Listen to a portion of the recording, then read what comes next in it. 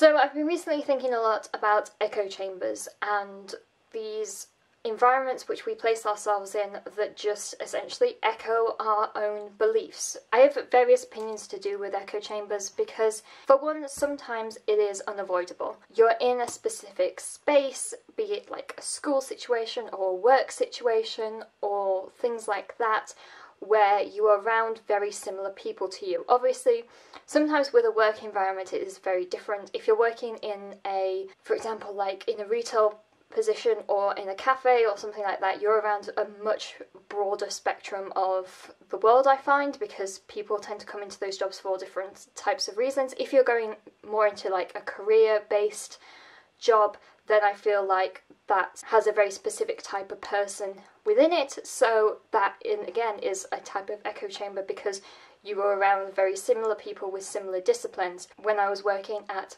magazines, people tended to have quite similar opinions. Obviously there were opposing opinions, but we were all of the similar mindset. We were normally of similar educational background and several different experiences. However, when I worked in the shop, for example, it was a very large variety of different people who I worked with. I feel like sometimes you make echo chambers online, especially with things like Facebook. I have on occasions unfriended certain people from my Facebook feed because I just don't want to see that type of belief, or they have been attacking my beliefs, for example. And I feel like sometimes the worst of that situation, and the only time which I do that, is when there are opinions born out of hatred and opinions that are presented as facts. So those are the two types of things. So for example, opinions born out of hatred, any kind of prejudice that is born out of a sheer hatred of another group of people. And that can be of people of different races, people of different sexualities, religion, whatever that may be.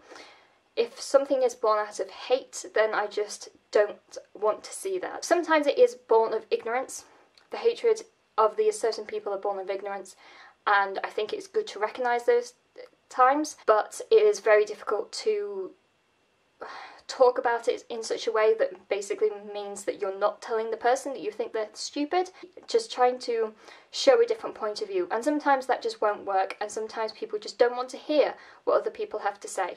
The other time which I don't like is about when people present their opinions as facts, as in, I've seen this around the world and therefore that is a fact, or they take one specific situation and mould their worldview about that particular subject on those small facts. Those are the only real two times when I would purposely get rid of that type of content from my newsfeed, for example, on my Facebook or maybe on my Twitter.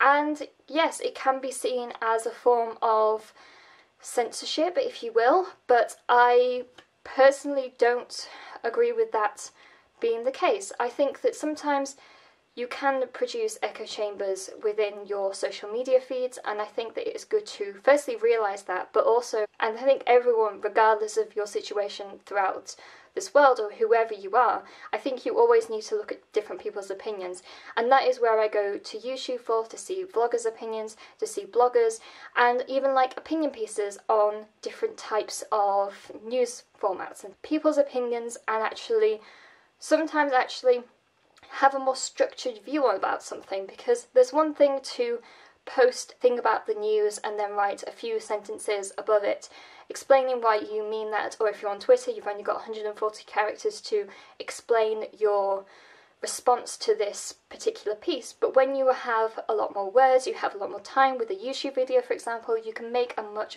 more broader and valid point, and I find that that is a way to sort of get yourself out of an echo chamber and get yourselves into actually thinking about other people's opinions, because you're thinking about people's opinions in a more structured way, because they're actually having to sit down, maybe write a script, edit a video. If you're doing something online for a newspaper, for example, an opinion piece, other people have seen this work, it is much more structured and it is a lot more, not necessarily more valid, because I think that that's meaning that other people's opinions are more valid, but I think that that's a great way of seeing people outside of your own social structure.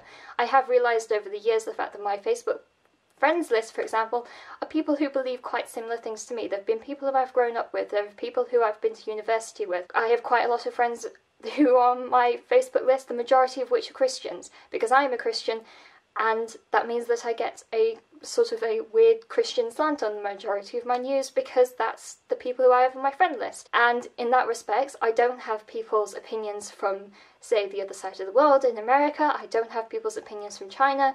I don't even have over 1% of the population's voice being spoken to from my Facebook feed, so I think I needed to always actively make a point to go somewhere else for this information. So I'm not producing an echo chamber, I am actually having a variety of different opinions that aren't necessarily from people I know, but that doesn't mean their opinions are less valid. Also, it doesn't mean the people who I personally know's opinions are less valid, it just means that I know that those people are, the majority of the time, people in the same or similar situations to me. What I'm encouraging you to do, to listen to other people, not necessarily just on your Facebook page, but to actually go out into the world and listen to other people from other places that you may not ever have listened to. So watch a vlogger, for example, who vlogs about being a woman in Islam, or watch a video about being vegan, or watch a video from the other side of the world and have it have captions and translations, because they are speaking in a completely foreign language to you. And that's all I have to say for this. Leave any comments you would like to have, because I would like to continue this discussion in comments, and I shall talk to you guys later. Bye!